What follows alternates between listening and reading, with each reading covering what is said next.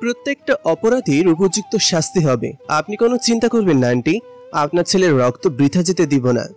কিন্তু কি হবে বাবা? আমি তো গিয়েছিলাম পুলিশের কাছে, কিন্তু পুলিশ আমাকে কোনো সাহায্য করতে পারেনি। ওই ভার্সিটির মধ্যে আরিফ নামের একটা ছেলে আছে, ওর অনেক পাওয়ার। ওর সাথে যে লাগতে যায় তাকে মরতে হয়। পুলিশও তাদের ভয় কোনো কিছু করতে পারে না। আমরা অনেকবার গিয়েছিলাম। আন্টি, আপনাকে কোনো চিন্তা করতে হবে না। আপনি তো বিশ্বাস করে আমাদের কাছে এসেছেন, আমি আপনার বিশ্বাসের যথাযথ মর্যাদা দিব। আপনার ছেলে যখন রক্ত দিয়েছে, তাহলে আপনার এই ছেলের উপর ভরসা রাখুন। আমি কথা দিচ্ছি, আপনার ছেলেকে যারা খুন করেছে তাদের আমি শেষ করবই। বাবা, আমি তো সেই আশা করেই তোমার কাছে এসেছি। এখন তোমার কাছে বলে গেলাম, তুমি দেখো তার কোনো দুঃখ নেই। আমার ছেলে অন্যায়ের প্রতিবাদ করতে গিয়ে মারা গেছে, কিন্তু আমার দুঃখটা এক জায়গায়, আমি কোনো সাহায্য পেলাম না। দেখুন আন্টি, আপনি আপনার সন্তানের খুনের বিচার পাবেন, আপনি কোনো চিন্তা করবেন না। আপনি যখন বাসায় যান, রাফি তুমি এক কাজ করো, তুমি আন্টিকে বাসে পৌঁছে দাও, আর বাকিটা আমি দেখে নিচ্ছি। রাফি তখন সেই ভদ্রমহিলাকে নিয়ে বেরিয়ে গেল। আমি বসে চিন্তা করতে শুরু করলাম, এখন আমার কি করা দরকার। অনেক অভিযোগ পেয়েছি এই ভার্সিটির ব্যাপারে, কিন্তু আমি বারবার ব্যবস্থা নিলেও সেটা কতটুকু কার্যকর হয়েছে এটা আমি বুঝতে পারছি না। একটা মানুষকে মরতে হয়েছে ওই জঘন্য অপরাধীদের পাল্লায় পড়ে। এখন তাদেরকে শেষ করতেই হবে। ছেলেটা অনেক মেধাবী ছিল, ভর্তি পরীক্ষায় প্রথম স্থান করে সিয়াম নামে সেই ছেলেটা ভর্তি হয়েছিল এই ভার্সিটিতে। রাতে আমি ঘুমাতে পারলাম না এই চিন্তায়। সকালে উঠে যখন ব্রেকফাস্ট করতে বসেছি, তখন আম্মু আমার দিকে তাকিয়ে বলল, শুভ বাবা, আমার তোমাকে তো চিন্তিত দেখাচ্ছে কেন? দেখে মনে হচ্ছে রাতে ঘুমাতে পারোনি। কি হয়েছে বাবা, বলো আমাকে। কোনো বিষয় নিয়ে চিন্তায় আছো? আম্মু, তোমাকে কোনো চিন্তা করতে হবে না, আমার কিছুই হয়নি। আমি একটা জিনিস নিয়ে খুব চিন্তায় আছি। তুমি তো জানো কত মানুষ প্রতিদিন আমার কাছে আসে, কিন্তু কালকে একজন মহিলা এসেছিলেন, দেখতে ঠিক তোমার মতন। তার ছেলেকে খুন করা হয়েছে। ভার্সিটিতে পড়তে পাঠিয়েছিলেন ছেলেকে। অনেক মেধাবী একটা ছেলে ছিল, কিন্তু কয়েকজন অপরাধী মিলে তাকে খুন করেছে। সে অপরাধীর ব্যাপারে কিছু তথ্য পেয়ে গিয়েছি। আমি বুঝতে পেরেছি বাবা, কিন্তু তুমি এখন কি করতে চাইছো? আমি তোমার সিদ্ধান্তের কথা জানতে চাইছি। আম্মু, আমার মনে হয় এখন আমাকে মাঠে নামতে হবে। আমি যদি এভাবে বসে থাকি আর অর্ডার দিতে থাকি, তাহলে কোনো কিছুই হবে না। আমি আগেও এই অপরাধীর ব্যাপারে জানতে পেরেছিলাম, কিন্তু পুলিশের কাছে ব্যাপারটা জানাই, কিন্তু পুলিশ কোনো ব্যবস্থা নেয়নি। মহিলাটা পুলিশের কাছে গিয়েছিল, কিন্তু কোনো বিচার পায়নি। আম্মু তখন আমার কাছে আসলেন, এসে আমার মাথায় হাত বুলিয়ে দিয়ে বললেন, বাবা, এখন আমার মনে হয় সবার আগে তোমার ওই পুলিশ অফিসারের বিরুদ্ধে ব্যবস্থা নেওয়া দরকার।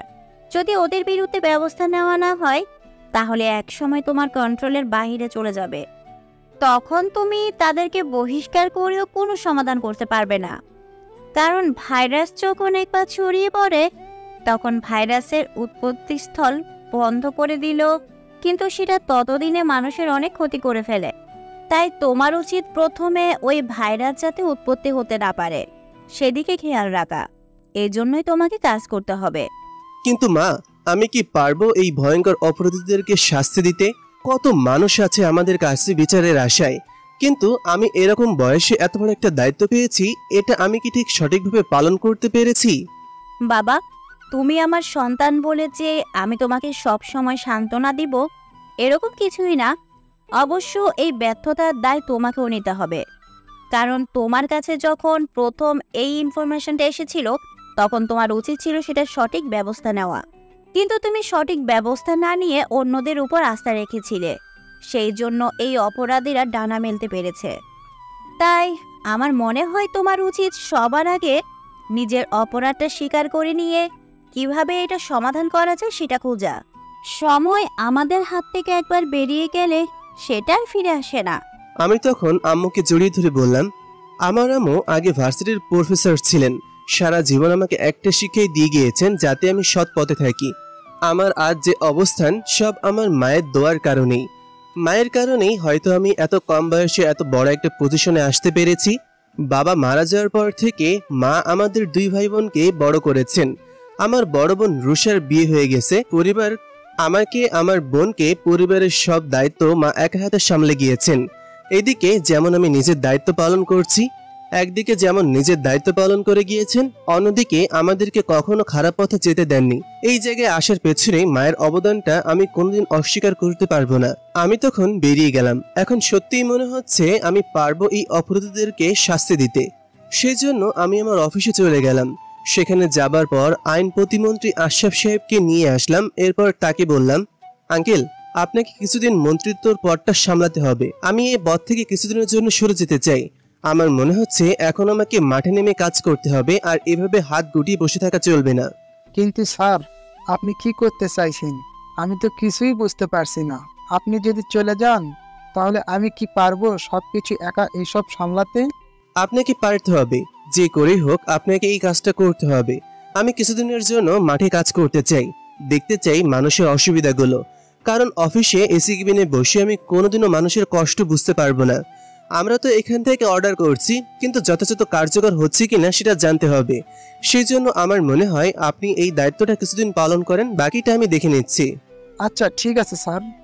আপনি যখন বলছেন তখন আমি আমার সর্বোচ্চ চেষ্টা করব এই দায়িত্ব পালনের। কথা দিচ্ছি, আপনার দায়িত্বের কোনো অবহেলা আমি করব না। আপনি যেভাবে চালাতেন ঠিক সেভাবেই কাজ করব। আঙ্কেল, আপনার প্রতি আমার বিশ্বাস আছে। আপনি সিনিয়র, কিন্তু কাকতালীয়ভাবে আমি আপনার ওপরের পজিশন পেয়ে গিয়েছি, তাই আমার থেকে আপনার অভিজ্ঞতা অনেক বেশি।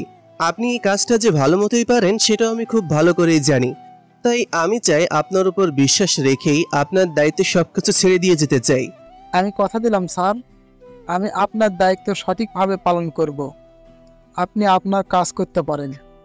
আমি আমার দায়িত্ব সবকিছু ওনাকে বুঝিয়ে দিয়ে আমার কাজে বেরিয়ে পড়লাম। এখন আমাকে সবকিছুর ইনফরমেশন জোগাড় করতে হবে। ইনফরমেশন না জেনে আক্রমণ বোকামি ছাড়া আর কিছুই হবে না। পরের দিন সকাল, ক্যাম্পাসে বসেছিল তানিয়া এবং তার বান্ধবী সবাই মিলে আড্ডা দিচ্ছিল।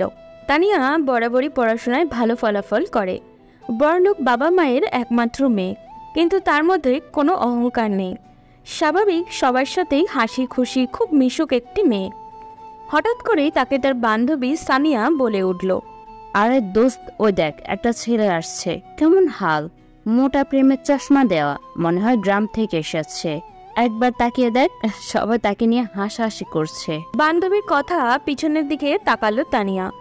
মোটা কালো ফ্রেমের একটি চশমার সাথে হাতে লম্বা একটি শার্ট আর মাটি ছোঁয়ানো প্যান্ট পরে ছেলেটা এগিয়ে আসছে তার দিকে। সে তখন ছেলেটার দিকে কিছুক্ষণ তাকিয়ে থাকলো। চেহারায় সব কিছু ভালো, কিন্তু তার পোশাক আশাক খুবই খারাপ। তবে তাদের কটূক্তি ঠিক মেনে নিতে পারল না তানিয়া। নতুন একটি মানুষ, তার সংস্কৃতি, তার কালচার আলাদা হতেই পারে, তাই বলে যে তাকে অপমান করতে হবে, সবাই তো এটা হতে পারেন না। তানিয়া তখন সামিয়ার দিকে তাকিয়ে বলে, দোস্ত, এটা ঠিক না। আমাদের সাথে তার কালচারের মিল না থাকতেই পারে। সে হয়তো কোনো প্রত্যন্ত গ্রাম থেকে এসেছে, তাই বলে তাকে অপমান করার কোনো সুযোগ নেই। আমরা এখানে সবাই পড়াশোনা করতে এসেছি, পড়াশোনায় যে ভালো হবে সেই স্মার্ট। মোটিভেশন দেওয়া বা নেওয়ার টাইম নাই, এখন মজা নিতে হবে। সবাই মজা করছে ছেলেটাকে নিয়ে, আমাদের উচিত এতে জয়েন করা, পরে না হয় মোটিভেশন দেওয়া নেওয়া করবো। তানিয়ার ভালো লাগলো না। সে ক্লাসের দিকে যেতে শুরু করলো। ছেলেটাও দেখলো তার পিছু পিছু আসছে। পরে দেখতে দেখতে বুঝতে পারলো যে ছেলেটা তারই ক্লাসে পড়ে। ছেলেটা তখন গিয়ে একদম পিছনে মাথা নিচু করে বসলো। এটা দেখার পর তানিয়ার ভীষণ খারাপ লাগলো। একটি নতুন ছেলে এসেছে, তাকে উচিত ছিল সবাইকার সাহায্য করা, কিন্তু ছেলেটাকে সবাই এত বাজে বাজে কথা বলছে যেটা মেনে নেওয়ার মতো নয়। তানিয়া তখন এগিয়ে গেল ছেলেটার দিকে, এরপর তার পাশে বসে বলল, হ্যালো, আমি তানিয়া। তোমার পরিচয়টা কি জানতে পারি? সরি, তোমাকে তুমি করে বলে ফেললাম। আসলে আমরা তো একই ক্লাসে পড়ি, তাই এখন থেকে তো তুমি করেই বলবো। তখন ছেলেটা মাথা উঁচু করে তানিয়ার দিকে এক পলক তাকালো, এরপর আবার মাথাটা নিচু করে নিয়ে আস্তে আস্তে বলল, জি, আমার নাম রনি। তুমি কোথা থেকে এসেছো? আর এই সময় তো ভার্সিটিতে ভর্তি নেওয়া হয় না, তুমি কিভাবে ভর্তি হলে? আসলে আমি ট্রান্সফার নিয়ে এসেছি। আগে আমি আরেকটা ভার্সিটিতে পড়তাম, সেখানে কিছু ঝামেলার কারণে আমাকে ভার্সিটি থেকে ট্রান্সফার করতে হয়েছে, সেজন্য এইখানেই ভর্তি হতে পেরেছি। ও ঠিক আছে। আচ্ছা, তোমাকে নিয়ে যে সবাই মজা করছে এইটাতে কোনো কিছু মনে করবে না। ওরা আসলে একটু এরকমই, তবে সবাই খুব ভালো। আস্তে আস্তে সবার সাথে মিশে গেলে দেখবে তুমিও তাদের বন্ধু হয়ে গেছো। প্রথম প্রথমে একটু কষ্ট হবে। না, কোনো সমস্যা নেই। ছোটবেলা থেকেই তো আমরা এসব দেখে এসেছি। গ্রামের মানুষদেরকে শহরের মানুষরা অপমান করে। তারা ভাবে গ্রামের মানুষরা হয়তো কোনো কিছুই জানে না, তবে তারা এটা হয়তো জানে না যে দেশের অর্থনীতি বা সামাজিক ক্ষেত্রে যারা অবদান রেখেছেন তাদের অধিকাংশে প্রত্যন্ত গ্রামের বাসিন্দা ছিলেন। ছেলেটার কথা শুনে তানিয়া কিছুক্ষণ মুগ্ধ হয়ে তার দিকে তাকিয়ে থাকে। এরকম পরিস্থিতিতে এরকম কথা সত্যিই বেমানান। তানিয়া আর কিছু বলল না। সবাই এসে ক্লাসে বসলো। ক্লাসে বসার পরেও বিভিন্নভাবে ছেলেটাকে সবাই অপমান করার চেষ্টা করছিল। তখন স্যার আসলেন, ক্লাস করালেন, আবার চলেও গেলেন।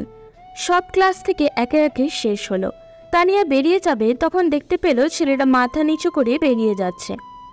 এটা দেখার পর সে ছেলেটার পাশে গিয়ে বলল, রনি শোনো, তোমার সাথে আমার কথা আছে। রনি আমির ছেলেটা থেমে গেল। এরপর তানিয়ার দিকে তাকালো। তানিয়া তার সামনে গিয়ে তার দিকে তাকিয়ে বলল, রনি, তোমার বাসা কোথায়? আমার গাড়ি আছে, চলো আমি তোমাকে বাসায় পৌঁছে দেব। আর তুমি ওদের কথায় কোনো কিছু মনে করো না প্লিজ। আমি ওদেরকে বুঝিয়ে বলবো কালকে থেকে তারা এরকম ব্যবহার করবে না। না না, সমস্যা নেই, আমি রিক্সায় করে যেতে পারবো।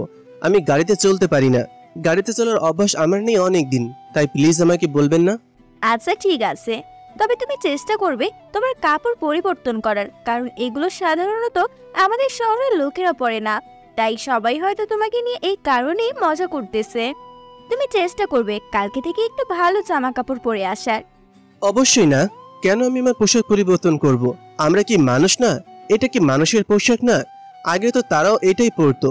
সভ্যতার পরিবর্তনে হয়তো পরিবর্তন এসেছে, তবে এখানকার অধিকাংশ পোশাক অশ্লীল এবং অশালীন, যেটা আমার কোনো দিনও পছন্দ না। তাই আমি ধৈর্য ধরে দেখতে চাচ্ছি। আমাকে বোকা দেখে মনে করবেন না যে আমি কিছুই করতে পারবো না, কারণ আমিও জানি কিভাবে স্মার্ট সাজতে হয়, কিন্তু আমি সভ্যতায় বিশ্বাসী নই, আমি মানসিকতায় বিশ্বাসী। তানিয়ার মুখ একদম বন্ধ করে দিল ছেলেটা। সে ভেবেছিল ছেলেটাকে হয়তো সে অপমানের হাত থেকে বাঁচাতে পারবে, কিন্তু উল্টে সে নিজেই লজ্জায় পড়ে গেল তার সাথে কথা বলতে এসে। তখন সে কিছু না বলে গাড়িতে গিয়ে বসলো। সাথে সামিয়াও আছে। সে গাড়িতে বসে বসে চিন্তা করছে ছেলেটার ব্যাপারে। কি অদ্ভুত তার কথা বলার স্টাইল, দেখতে বোঝা যায় না সে এত সুন্দর করে কথা বলতে পারে। তানিয়া মুচকি হাসছে আর নিজের অজান্তেই। সামিয়া শুধু তাকিয়ে তাকিয়ে দেখছিল তানিয়ার কর্মকাণ্ড। ওইদিকে তানিয়া চলে যেতেই ভার্সিটিটা ঘুরে দেখতে শুরু করলো রনি। ভার্সিটির পেছন দিকে যেতেই তার মাথা নষ্ট হয়ে গেল। এটা কি হচ্ছে এখানে? পিছনে দেখতে পেল গোল হয়ে বসে কয়েকটি ছেলে একটি ছেলেকে মারছে। এটা দেখার পর সে এগিয়ে গেল, গিয়ে একটা গাছের পাশে দাঁড়িয়ে থাকলো। তখন ছেলেটা কান্না করে বলছিল, ভাই আমাকে ক্ষমা করে দাও, আমি আর কোনোদিন এরকম কোনো কাজ করব না। এবারের মতো আমাকে ক্ষমা করে দাও প্লিজ। তোর কোনো ক্ষমা নেই। তোর এত বড় সাহস, তুই আরিফের কথা অমান্য করিস? তোকে বলেছিলাম না আমার কথা অমান্য করবি না? তুই কি করে ভাবলি আমার বিপক্ষে গিয়ে তুই ইউনিভার্সিটি টিকে থাকতে পারবি? তোকে আজকে আমি এখানে শেষ করে দিব। ভুল হয়ে গেছে পলাশ ভাই, বলেছিল শুধুমাত্র তার পোস্টারটা লাগাতে, এর বাইরে কিছু না। আমি চাইনি, কিন্তু আমাকে জোর করা হয়েছে, আমি এই কাজ করিনি। দয়া করে আমাকে ছেড়ে দাও। পলাশ, তাই না? পলাশ আমার এলাকায় পোস্টার লাগাই, তাই না? ওকে আমি দেখে নিব, কিন্তু এর আগে তোকে আমি শেষ করব। তোকে আমি বলেছিলাম না পলাশের কথা না শুনতে? তুই কেন ওর কাছে গিয়েছিস? আরিফ, তুই এই ছেলেটার কথা একদম বিশ্বাস করবি না। অনেক চালাকো, পলাশের একদম সিক্রেট গোয়েন্দা। আমাদের সব খবর গিয়ে পলাশের কাছে এই ছেলেটাই বলে। সাব্বির ভাই, এটা আপনি কি বলতেছেন? আপনি তো আমাকে খুব ভালো করেই চেনেন। আমি কোনোদিন এরকম কোনো কাজ করিনি। আমি এখানে পড়াশোনা করার জন্য এসেছি। আমার বাবা আমাকে এত কষ্ট করে এখানে পড়াশোনা করার জন্য পাঠিয়েছে। আমি কেন পলাশ ভাইয়ের সাথে কাজ করব? আর পলাশ ভাই তো আমাকে একদম পছন্দ করে না। আমি কোনো কথা শুনতে চাই না। আমি যদি আরেকদিন তোকে পলাশের সাথে দেখি তাহলে তোকে আমি শেষ করে দিব। আর এখন তুই এই কাজ করবি, এই প্যাকেটটা নিয়ে যা, এটা নিয়ে বাইরে একটা গাড়ি দাঁড়িয়ে আসেন, ওই গাড়িটাই পৌঁছে দে। ভাই দয়া করে আমাকে এই কাজ করতে বলবেন না, আমি এসব পারবো না। এসবের ভিতরে কি থাকে সেটা আমি দেখেছি। এই কাজ করতে গিয়ে যদি আমি ফেঁসে যাই তাহলে আমার জীবন ধ্বংস হয়ে যাবে। আমার বাবা অনেক স্বপ্ন নিয়ে আমাকে পড়াশোনা করতে পাঠিয়েছে। আমি যদি পড়াশোনা ছেড়ে এসব করি তাহলে আমার বাবা মা ভীষণ কষ্ট পাবে। আমাকে দয়া করে এই কাজ করতে বলো না। তখন তারা ছেলেটাকে মারতে শুরু করলো। ছেলেটা চিৎকার করে কান্না করছে। আরিফ মারতে মারতে তার গলার উপরে পা দিয়ে বলে, আমার কথা শুনতে তোর কোনো সমস্যা হয়? আর পলাশের কথা শুনতে অনেক ভালো লাগে, তাই না?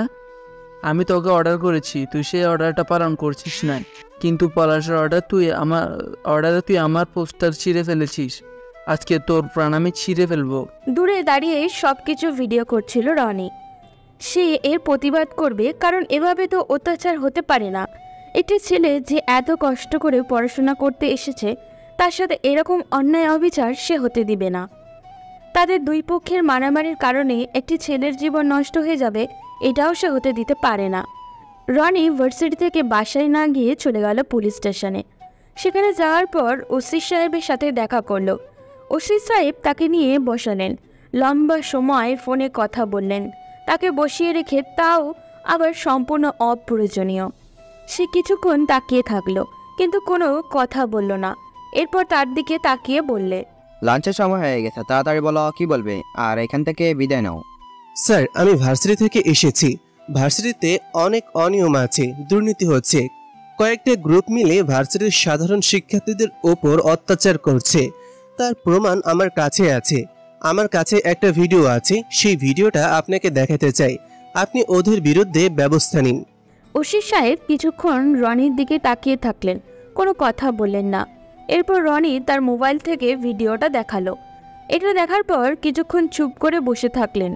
এরপর তার দিকে তাকিয়ে বললেন, দেখো তো মনে হচ্ছে গ্রাম থেকে এখানে পড়াশোনা করতে এসেছো। কেন এসব দেখতে গেলে? এসব হোক, তাতে তোমার আপত্তি কোথায়? তুমি তোমার মতো পড়াশোনা করো। এদের বিরুদ্ধে লাগতে গেলে তোমার জীবন নষ্ট হবে। তুমি তোমার জীবন নষ্ট না করে পড়াশোনা চালিয়ে যাও। তোমার উপর তো অত্যাচার হচ্ছে না। কি বলেন ওসি সাহেব? আমি এটা দেখে চুপ করে বসে থাকবো? কাল যে আমার উপর অত্যাচার করা হবে না, তার কি কোনো গ্যারান্টি আছে? আমার মনে হয় আপনার বিরুদ্ধে ব্যবস্থা নেওয়া দরকার। কারণ তারা দিন দিন যে অবস্থা শুরু করেছে, তাতে তো মানুষজন পড়াশোনা করতে পারবে না। দেখো বাবা, তুমি পড়াশোনা করতে এসেছো, পড়াশোনা করো। এসব বিষয়ে দেখার দরকার নেই। এটা যাদের দায়িত্ব তারা দেখবে। তোমার উপর যদি অত্যাচার হয় তাহলে তুমি আমার কাছে এসে বলবে, আমরা এটা ব্যবস্থা নেব। কিন্তু এখন তাদের বিরুদ্ধে ব্যবস্থা নিতে গেলে উল্টো আমরা ফেসে যাব। তাদেরকে দেখে তুমি ভাবছো তারা শুধু কয়েকটা স্টুডেন্ট, কিন্তু তাদের কত উপরে হাত আছে সেটা তুমি কল্পনা করতে পারবে না। তাদের কোথায় হাত আছে সেটা তো আমি জানতে চাই না, কিন্তু আমি তো জানতাম আইনের হাত সকল অপরাধীর হাতের চেয়ে লম্বা। আমি আইনের সাহায্য চাচ্ছি, আপনি কি আমাকে সাহায্য করবেন না? ওসি সাহেব বাধ্য হয়ে কেসটা নেন, কিন্তু তার কোনো ইচ্ছাই ছিল না এই কেসটা নেওয়ার, কারণ আরিফের বিরুদ্ধে কোনো ব্যবস্থা নেওয়ার সাহস তার কাছে নেই। এরপর উনি সেখান থেকে বেরিয়ে আসেন। সঙ্গে সঙ্গে গাড়ি নিয়ে যেতে শুরু করেন। পেছন পেছনে একটি গাড়ি তাকে ফলো করতে শুরু করে। ওসি সাহেব গিয়ে আরিফের আস্তানায় ঢুকে তাড়াতাড়ি করে। আরিফ তখন তাকে দেখে ভীষণ অবাক হয়ে যায়। তার দিকে তাকিয়ে বলে, আরে ওসি সাহেব যে ডিরেক্ট আমার আস্তানায় চলে আসলেন, কোনো বিশেষ দরকার মনে হচ্ছে? আচ্ছা, তোমরা কি শুরু করেছো? আমার কি চাকরিটা খেয়ে ফেলবে নাকি? প্রত্যেকদিন তোমাদের নামে কমপ্লেন আসতেছে। তোমরা ভার্সিটির মধ্যে কি শুরু করছো? আজকে একটা ছেলে এসেছিল তোমাদের নামে মামলা করতে, একটা ভিডিও দেখিয়েছে, তার কাছে উপযুক্ত প্রমাণ আছে। এখন আমি কি তোমাদের বিরুদ্ধে মামলা না নিয়ে বসে থাকবো? কি বলছেন ওসি সাহেব? আমার বিরুদ্ধে মামলা করবে? এত বড় সাহস ইউনিভার্সিটিতে কার? ছেলেটার নাম ঠিকানা কিছু জানতে পেরেছেন? আরে আমি এমনি মামলা নিয়ে একটি অভিনয় করছি, মামলা তো নিইনি, না হলে তো ওর নাম ঠিকানা জানতে পারতাম। তবে তুমি যদি বলো তবে তার নাম ঠিকানা আমি ম্যানেজ করে দিব। সেটা আবার বলতে হয় নাকি? ওই ছেলেটার নাম ঠিকানা সব আমার কাছে দিয়ে দেন, এরপর ওর মামলার শখ আমি চিরদিনের মতো মিটিয়ে দিব। এত বড় সাহস আমার বিরুদ্ধে মামলা করতে চাই? ওর জীব যদি আমি টেনে না ছিঁড়ে ফেলেছি তাহলে আমার নাম আরিফ না। আচ্ছা ঠিক আছে, আমি কালকে ওকে খুঁজে বের করব। কিন্তু তোমরা এখন সাবধানে থাকবে, কারণ পরিস্থিতি স্বাভাবিক নয়, সেটা তো বুঝতেই পারছো। উপর মহল থেকে আমাদেরকে চাপ দেওয়া হচ্ছে, পরে তোমাদের বিরুদ্ধে ব্যবস্থা নিব। বলেই ওসি সাহেব সেখান থেকে বেরিয়ে আসেন। যখনই তিনি বাইরে যান হঠাৎ করে তার গাড়ির টায়ারের মধ্যে কেউ একজন গুলি করে। তিনি তখন তাড়াতাড়ি করে গাড়ি থেকে নামেন। গাড়ি থেকে নামতেই দুইটা লোক এসে তাকে ঘিরে ধরে এবং তাকে কিডন্যাপ করে নিয়ে যায়। তিনি কিছু জানতেও পারেন না, কারণ তিনি ততক্ষণে অজ্ঞান হয়ে পড়ে আছেন। যখন জ্ঞান ফিরল তখন সে সামনে তাকিয়ে তার মাথা নষ্ট হয়ে যাবার মতো অবস্থা, কারণ সামনে শুও বসে আছে। এই দেশের আইনমন্ত্রী সে। ইতিহাসের সবচেয়ে কম বয়সে আইনমন্ত্রী হওয়ার গৌরব অর্জন করেছেন সে। তার যোগ্যতার কারণে মানুষ তাকে এই জায়গায় বসিয়েছেন। সবাই তাকে ভীষণ বিশ্বাস করে। তখন সে কান্না করতে করতে বলল, স্যার আপনি? হ্যাঁ, আমি যদি আজকে ছদ্মবেশ না ধরে চলে যেতাম তাহলে তো তোর মতন জঘন্য অফিসারের চেহারা আমি দেখতে পেতাম না। তুই কি ভেবেছিস যে আমি এতটাই বোকা? আমি তাকে অর্ডার করব আর কোনো কিছুর খোঁজ নিব না? তোর মতন অপরাধীদেরকে ক্রসফায়ার করে মেরে ফেলা দরকার। স্যার ভুল হয়ে গেছে, আর কোনোদিনও এরকম কাজ করব না। আমাকে ক্ষমা করে দিন। আমি ভুল করে ফেলেছি, টাকা লোভে পড়ে গিয়েছিলাম। ওরা আমাকে ভয় দিয়ে গেছিল যদি তাদের কথা রাজি না হই তাহলে আমাকে মেরে ফেলবে। সাথে রাজি হলে অনেক টাকার অফার করেছিল, সেজন্য এরকম করে ফেলছি। অনেক টাকা, তাই না? তোর টাকা আমি আজকে তোকে বের করে দিব। অসহায় শিক্ষার্থীরা পড়াশোনা করতে পারছে না, তাদেরকে না ধরে তুই টাকা আয় করার ধান্দা করছিস। স্যার ভুল করে ফেলছি, আর কোনোদিন এরকম কোনো কাজ করব না। আজকের মতো আমাকে ক্ষমা করে দিন। টাকার লোভে পড়ে গিয়েছিলাম, কি করছি নিজেও জানি না। প্লিজ এবার মতো ক্ষমা করে দিন আমাকে। ক্ষমা? তাও আবার তোকে? তোকে আমি কোনোদিনও ক্ষমা করব না। ক্ষমা করার সময় ছিল, কিন্তু সেটা তুই হারিয়েছিস। এখন তোকে আমি আর ক্ষমা করব না। তোকে মরতেই হবে আমার হাতে। আমি তোকে এখানে ধরে নিয়ে এসেছি তোকে মারার জন্য। যদি তোকে শাস্তি দেওয়ার হতো তাহলে অন্য জায়গায় ধরে নিয়ে যেতে পারতাম, কিন্তু এতে করে আমার দিকে সবাই আঙ্গুল তুলতো। কিন্তু তোকে এখন মেরে ফেললেও কেউ কিছু জানতে পারবে না। স্যার এটা কি বলছেন? এই সামান্য একটা অপরাধের জন্য আপনি আমাকে মেরে ফেলবেন? দয়া করে স্যার আমাকে ছেড়ে দিন। আমি আর কোনোদিনও কারোর উপর অন্যায়ভাবে অত্যাচার করব না। দয়া করুন আমার উপরে। কিন্তু আমি তার কথা শুনলাম না। তার ওপর এলোপাথাড়ি আঘাত করতে শুরু করলাম। আমার ভেতরে যত রাগ ছিল সব রাগগুলো তার ওপর ঝেড়ে দিতে শুরু করলাম। আমি তার মাথায় হাতে পায়ে আঘাত করতে শুরু করলাম চাকু দিয়ে। আমি জানি আমি যেটা করছি সেটা হয়তো আইনের বিরুদ্ধে, কিন্তু এই সব মানুষের সামনে আইন কোনো কাজের না। এরা যতটা হিংস্র তাদের সাথে ততটাই হিংস্র ব্যবহার করতে হয়। তার লাশ আমি টুকরো টুকরো করে ফেললাম। এরপর সেটা রাস্তায় ফেলে দিলাম। রাস্তার কুকুর খেলেও তাদের কিছুটা উপকার হবে, কিন্তু এই মানুষগুলো বেঁচে থাকলে কারো কোনো উপকারে আসবে না, বরং শুধু ক্ষতিই করবে। এদিকে বাসায় আসার পর চিন্তা করতেছি ছেলেটার কথা। কি অদ্ভুত ছেলেটা! আমি কোনোদিন এরকম কোনো ছেলেকে দেখিনি। কেন জানি না তার কথা বারবার মনে পড়ছিল। আমি জানি না কেন তার কথা আমার বারবার মনে হচ্ছে। আমি বসে বসে এইটাই চিন্তা করছিলাম। ওদিকে আরিফ পরের দিন যখন জানতে পারল ওসির সাহেবের খুন হয়ে গেছে, তখন তার মাথা নষ্ট হয়ে গেল। ওসির সাহেবকে কে খুন করলো?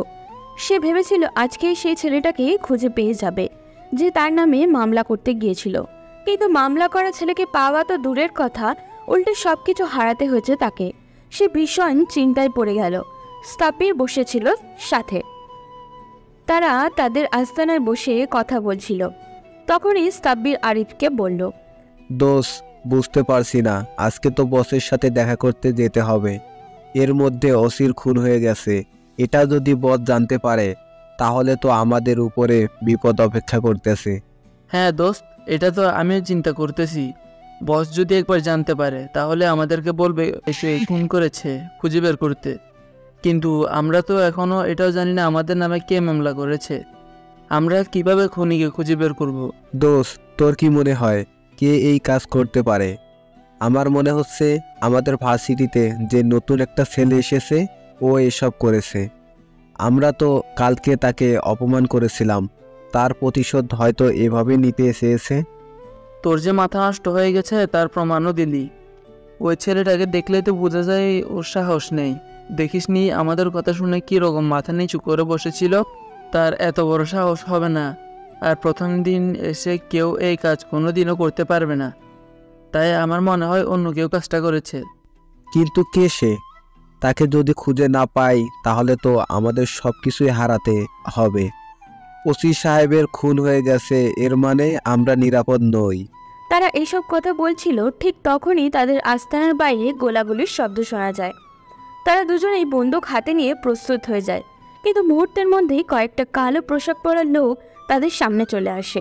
আরিফ ভেবেছিল হয়তো পলাশের লোক তাদের উপর আক্রমণ করার জন্য এসেছে, কিন্তু এদেরকে তো কোনোদিন তারা দুজনে দেখেইনি। আরিফ তখন সামনের দিকে তাকিয়ে বলল, এই কারা তোমরা, আর এখানকার ঠিকানা কোথায় পেলে? যদি আর এক পা সামনে এগিয়ে আসো তাহলে কিন্তু তোমাদের সবাইকে মরতে হবে। আমরা কারা সেটা তুই একটু পরেই বুঝতে পারবি। এখন আমাদের সাথে তোদেরকে যেতে হবে, তোদের আসল ঠিকানা নিয়ে যেতে এসেছি আমরা। তাদের দুজনকে বেঁধে নিয়ে যাওয়া হলো গাড়িতে। তারা চিৎকার করছিল, কিন্তু লোকগুলো কোনো কথা না বলে তাদের মুখ চেপে ধরে রেখেছিল। একটু পরেই তাদেরকে একটি বাসার সামনে নিয়ে যাওয়া হয়। তাদেরকে বাসায় ঢোকানোর পর তারা দেখতে পায় সামনে ভার্সিটির সেই ছেলেটা বসে আছে, তবে তার পরনে আগের মতো সেই খ্যাত পোশাক নেই, এখন তার পরনে দামি পোশাক। তার সামনের দিকে তাকাতেই অনেক বেশি অবাক হয়ে যায়। সাবির তখন আরিফের দিকে তাকিয়ে বলে ওঠে, আরিফ, তোকে আমি আগেই বলেছিলাম এই ছেলেটাই এসব করেছে। প্রথম দিন আসার পর খুব ভালো অভিনয় করছিল, কিন্তু আমি ওর ভিতরের একটা আলাদা রহস্য দেখতে পেয়েছিলাম। আমি বুঝতে পারছিলাম ও আমাদের সামনে অভিনয় করতেছে। তুমি যেই হও না যেন আমাদের হাত থেকে বাঁচতে পারবে না। ভালোই ভালোই বলছি, আমাদেরকে ছেড়ে দাও। আমাদেরকে এখান থেকে ধরে নিয়ে এসে অনেক বড় ভুল কাজ করেছো। তুই নিশ্চয় পলাশের হয়ে কাজ করিস। তোদের কি মনে হয় আমি পলাশের সাথে কাজ করি? তাহলে একটু অপেক্ষা কর, একটু অপেক্ষা করলে বুঝতে পারবি আমি কে। তারা দুজনেই অবাক হয়ে যায়। একটু পরেই আরেকটি গাড়ি আসে। সে গাড়িটি থেকে পলাশ এবং তার সাথে কয়েকটি ছেলেকে ধরে নিয়ে আসা হয়। তারা অবাক হয়ে যায়, কারণ যদি এই ছেলেটা পলাশের হয়ে কাজ না করে তাহলে এই ছেলেটা কার হয়ে কাজ করছে এটা জানতে হবে। সেই জন্য তারা সবাই জিজ্ঞাসা করতে শুরু করে, কে রে ভাই তুই, আর আমাদেরকে কেন এখানে ধরে এনেছিস? তোর চাহিদা কি সেটা বলে দে তাড়াতাড়ি। আমাদেরকে কেন এখানে আটকে রাখতে চাইছিস? তোদের সবার লাশ আমি দেখতে চাই। তোদেরকে মারার জন্য আমি এখানে এসেছি। তোরা কি ভেবেছিস তোদের কেউ কিছু করতে পারবে না? আজকে তোদের সবার অন্যের শাস্তি পেতেই হবে। কি বললি? তুই আমাদেরকে মারবি? তুই জানিস আমরা কার হয়ে কাজ করি? তুই শেষ হয়ে যেতে পারিস, তাই আমাদের সাথে লাগতে আসবি না। এমনি এমনি নিজের জীবনের মায়া ত্যাগ করতে হবে। আমাদের সাথে যারা লাগতে আসে সবাইকে মরতে হয়েছে। তুই কি ভাবছিস তোর এই কয়েকজন লোক নিয়ে আমাদের শেষ করে দিবি? তখন একটি কালো পোশাক পরা লোক এগিয়ে এসে তাদেরকে মারতে শুরু করে। এরপর তাদের দিকে তাকিয়ে বলে, যদি ওনার পরিচয় বলি তাহলে তোরা কাপড় নষ্ট করে ফেলবি। তোরা কি জানিস তোরা কার সামনে দাঁড়িয়ে আছিস? বড় বড় কথাও বলতেছিস। উনি হচ্ছে এদেশের আইনমন্ত্রী শুভ চৌধুরী। কথাটা বলতেই তাদের সবার মুখের অবস্থার পরিবর্তন ঘটল। তারা ভাবতেও পারেনি এই লোকটার সম্মুখীন তাদেরকে হতে হবে। তারা একে অপরের চেহারার দিকে তাকাচ্ছিল। তখন শুভ উঠে গিয়ে একটি লাঠি হাতে নিল। এরপর তাদেরকে একটি চেয়ারের সাথে গোল করে বাঁধা হলো এবং শুভ তাদেরকে মারতে শুরু করলো। খুব শখ না তোদের ভার্সিটিতে অন্যায় করে যাওয়ার? কি ভেবেছিস তোদের ব্যাপারে কেউ কিছু জানতে পারবে না?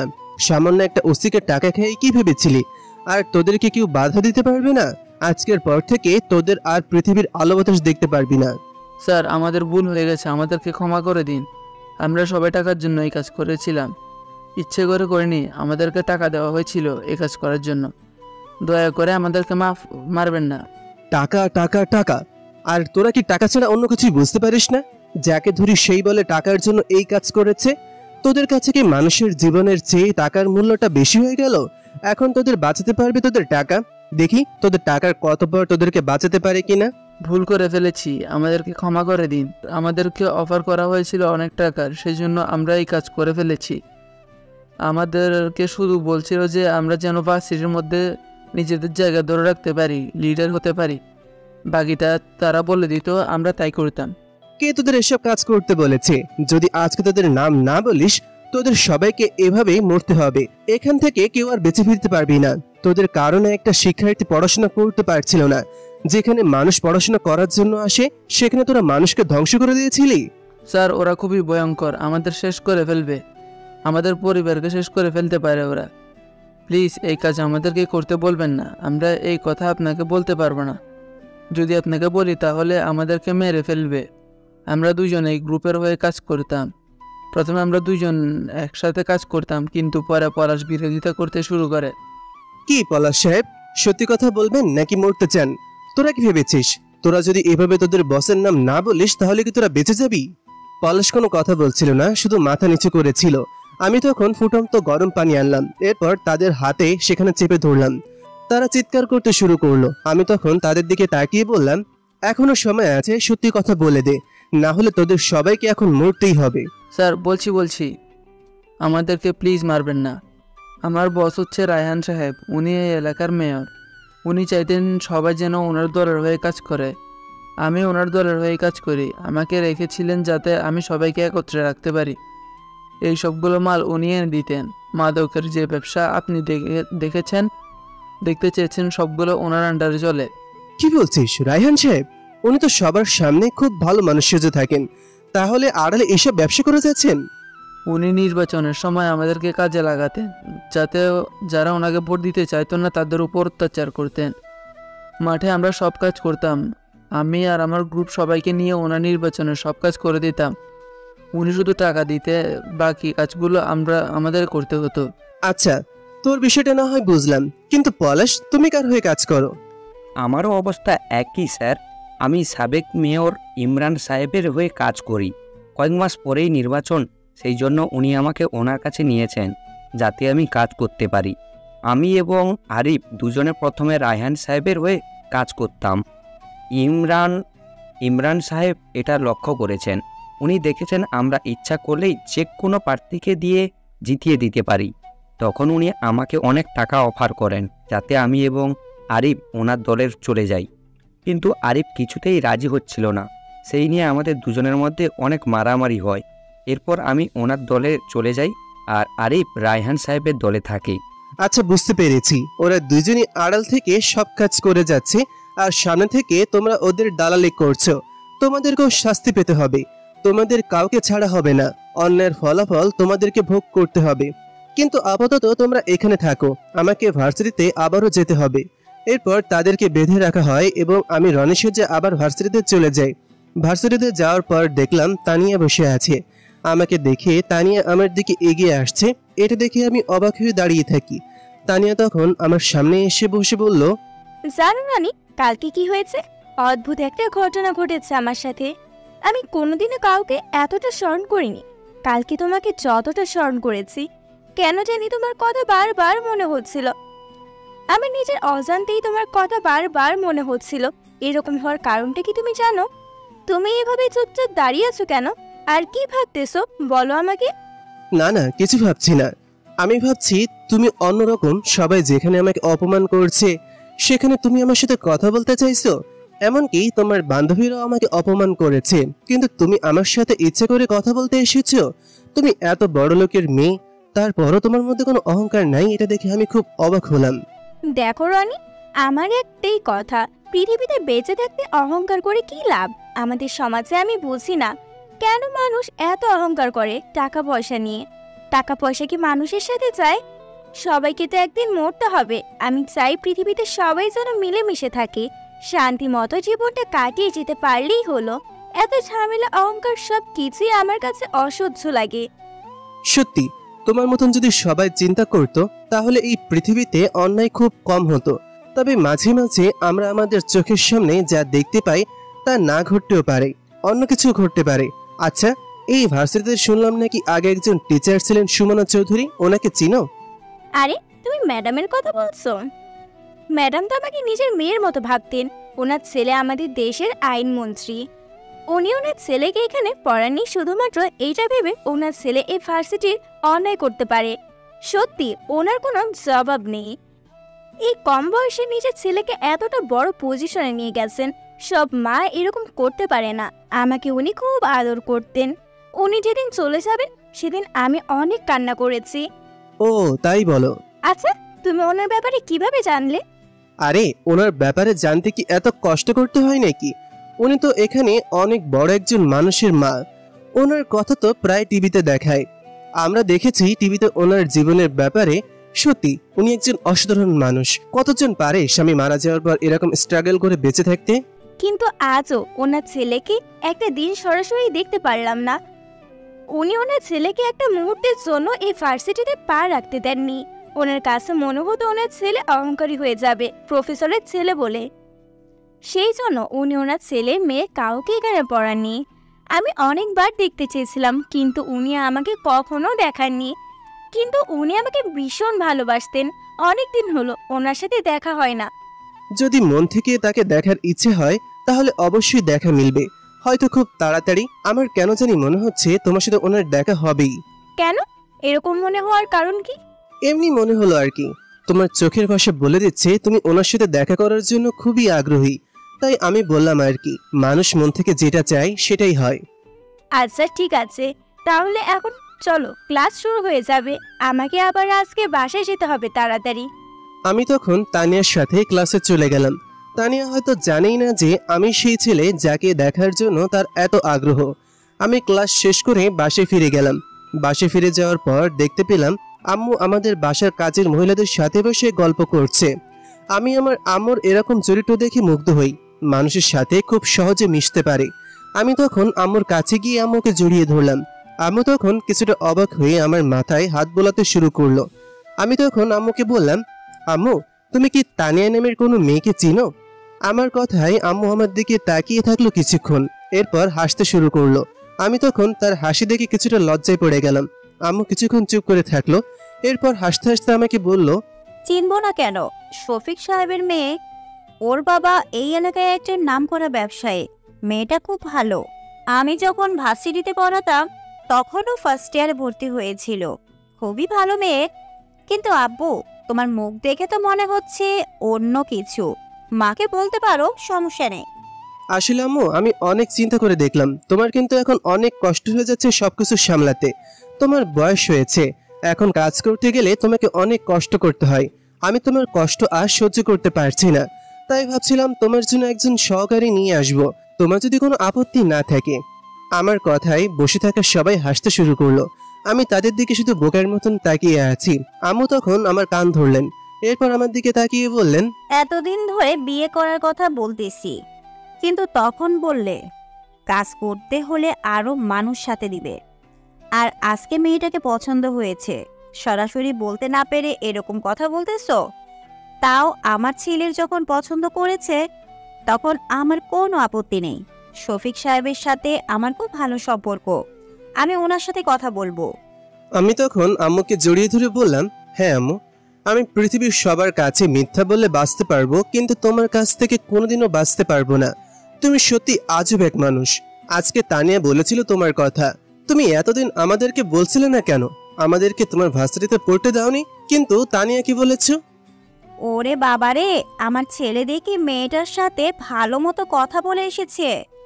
আমি তো ভাবতাম তোকে দিয়ে আর যাই হোক প্রেম টেম হবে না, কিন্তু এখন তো দেখি আমার ছেলে সব ডিটেলস জেনে এসেছে। আসলে আম্মু সত্যি বলতে তাকে আমার অনেক পছন্দ হয়েছে। মেয়েটা অনেক ভালো, এত বড় লোকের মেয়ে, কিন্তু কোনো অহংকার নেই। এটা দেখেই মূলত তাকে আমার পছন্দ হয়েছে। এখন তুমি যত তাড়াতাড়ি সম্ভব তার পরিবারের সাথে কথা বলো। এই কথা বলেই আমি দৌড়ে নিজের রুমে চলে আসলাম, কারণ এখন আম্মুর সামনে দাঁড়ানোর মতন সাহস শক্তি কোনোটাই আমার কাছে নেই। কারণ আম্মুর সামনে দাঁড়ালেই এখন লজ্জা করবে। রুমে এসে তার কথা চিন্তা করতে শুরু করলাম। আমি কোনোদিনও ভাবিনি এভাবে কাউকে পছন্দ করে ফেলবো, কিন্তু তাকে দেখার পর আমার মনে হয়েছে তার সাথেই আমার জীবনটা কাটানো যায়। কারণ এখন টাকা হলেই মানুষ মাটিতে আর পা পড়ে না, কিন্তু এত টাকার মালিক হওয়ার পরও তার মধ্যে কোনো অহংকার নেই। এরকম একজনকেই আমি আমার জীবনে চেয়েছিলাম। ওদিকে আমি রাফিকে কল দিয়ে বললাম, রাফি, যে থানার ওসিকে মারা হয়েছে ওই থানার জন্য নতুন একজন ওসি নিয়োগ করার ব্যবস্থা করো। আমি কালকের ভেতরে ওইখানে নতুন একজনকে দেখতে চাই, কিন্তু এবার খুব সতর্ক থাকবে। যদি কোনো দুর্নীতি করে তাহলে সরাসরি অ্যাকশনে যাব, আর কোনো সুযোগ দেওয়া হবে না কাউকে। ওকে স্যার, আপনি কোনো চিন্তা করবেন না। আমি কালকের ভেতরে সেখানে একজন নতুন ওসি পাঠানোর ব্যবস্থা করতেছি। আপনি নিশ্চিন্তে থাকতে পারেন। আর আপনি কি পেয়েছেন কার জন্য এরা এগুলি করতেছে? হ্যাঁ, আমি আপনার আসল অপরাধীর কাছে পৌঁছে গিয়েছি, কিন্তু তাদেরকে ধরা এত সহজে যাবে না। তাদেরকে ধরতে হলে প্রমাণের প্রয়োজন, কারণ তারা দুজনেই নামি দামি মানুষ। তাই তাদেরকে ধরতে হলে সরাসরি প্রমাণ দিতে হবে, আর আমি সেটারই ব্যবস্থা করব। ওকে, কোনো প্রয়োজন হলে আমাকে ডাকবেন, আমি সবসময় প্রস্তুত আছি আপনার ডাকে সাড়া দেওয়ার জন্য।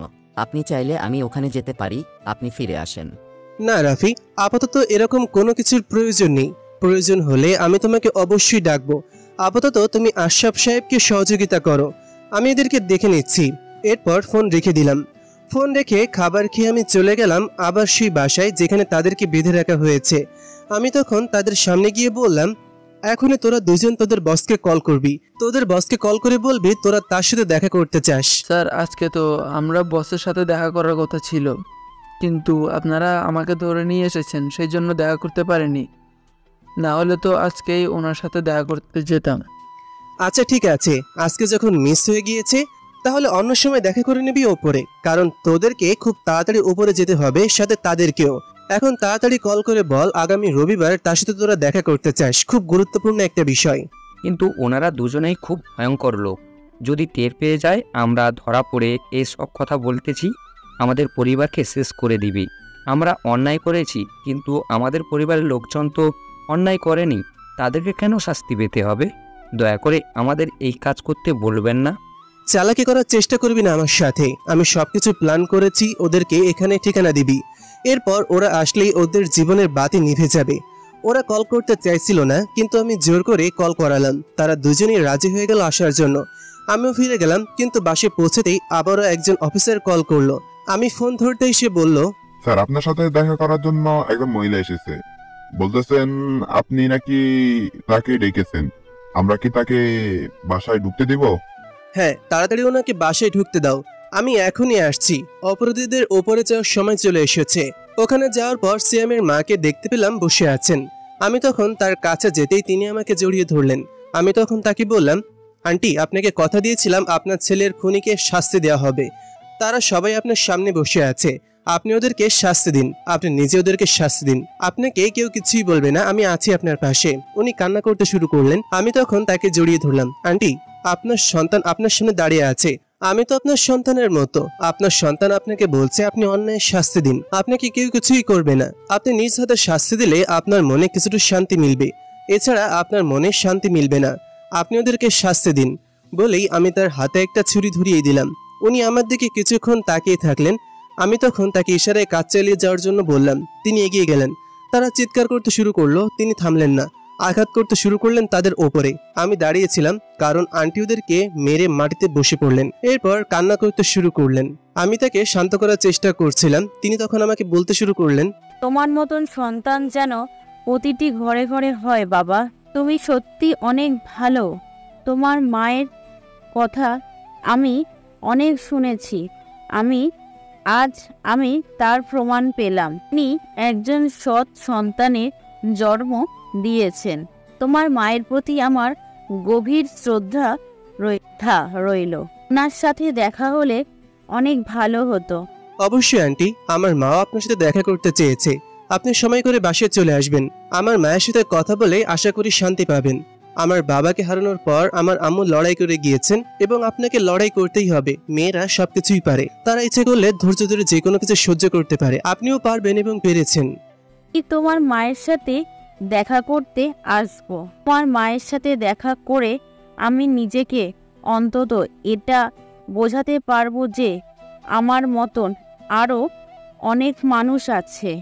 এরপর আন্টি চলে গেলেন। আমি মনে মনে কিছুটা শান্তি পেলাম। এই অপরাধীদেরকে শাস্তি দিতে চেয়েছি, সাথে আন্টির মুখে হাসি ফোটাতে পেরেছি। ওনার সন্তান মারা যাওয়ার পর থেকে ওনার মুখে হাসি ছিল না, আজকে মুখের মধ্যে একটু হলেও হাসি ফোটাতে পেরেছি, এটাই আমার কাছে অনেক বেশি কিছু।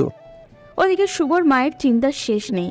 তিনি যে করেই হোক শফিক সাহেবের সাথে দেখা করতে চান, কারণ তার ছেলেকে তিনি খুব ভালো করে চিনেন। সে যে কোনো সময় নিজের সিদ্ধান্ত পরিবর্তন করতে পারে, তাই যখন বিয়ের কথার জন্য রাজি হয়েছে তখন তাড়াতাড়ি তিনি কাজটা সেরে ফেলতে চান। এই জন্য তিনি পরের দিনে চলে গেলেন শফিক সাহেবের বাসায়। গিয়ে কলিং বেল বাজাতেই তানিয়া দরজা খুলে দিল। তানিয়া দরজা খুলে যখন দেখতে পেল রুমানা চৌধুরীকে, তখন লাফ দিয়ে জড়িয়ে ধরল। এটা দেখার পর রুমানা চৌধুরী তাকে জড়িয়ে ধরে হাসতে শুরু করলেন।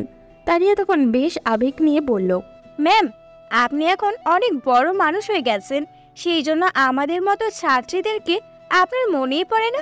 আপনি কি ভুলে গেছেন আপনি চলে যাওয়ার সময় আমি কত কান্না করেছি? কিন্তু চলে যাওয়ার পর একটা দিন আমার সাথে যোগাযোগ পর্যন্ত করলেন না। সরি মা, আমার অনেক বড় ভুল হয়ে গেছে। আসলে আমার ছেলেকে নিয়ে অনেক ঝামেলায় ছিলাম, এখন এসেছি তোমার বাবার সাথে দেখা করার জন্য। তোমার বাবা কি বাসায় আছেন? খুব গুরুত্বপূর্ণ কথা আছে তার সাথে। হ্যাঁ ম্যাডাম, বাবা বাসায় আছেন, ভিতরে আসেন প্লিজ। এরপর রুমানা চৌধুরী ভিতরে গেলেন। ভিতরে যেতেই দেখতে পেলেন শাকিব সাহেব বসে পেপার পড়ছেন। তিনি তখন রুমানা চৌধুরীকে দেখে বেশ হাসি মুখে জিজ্ঞাসা করলেন, আরে চৌধুরী ম্যাডাম, আপনাকে তো এখন একদম দেখাই যায় না, আপনি কোথায় থাকেন?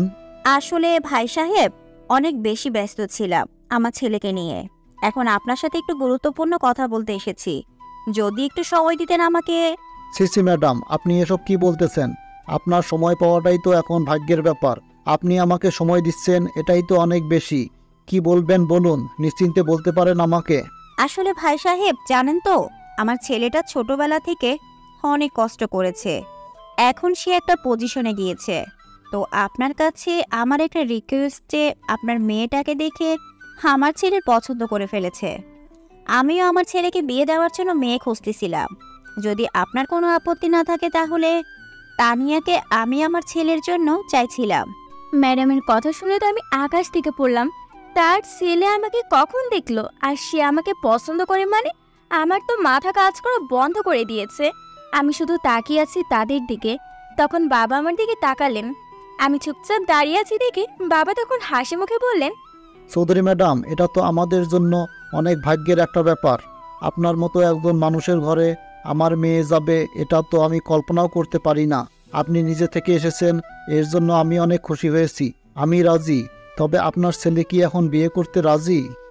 হ্যাঁ ভাই সাহেব, এর জন্যই তো আপনার সাথে কথা বলতে আসলাম।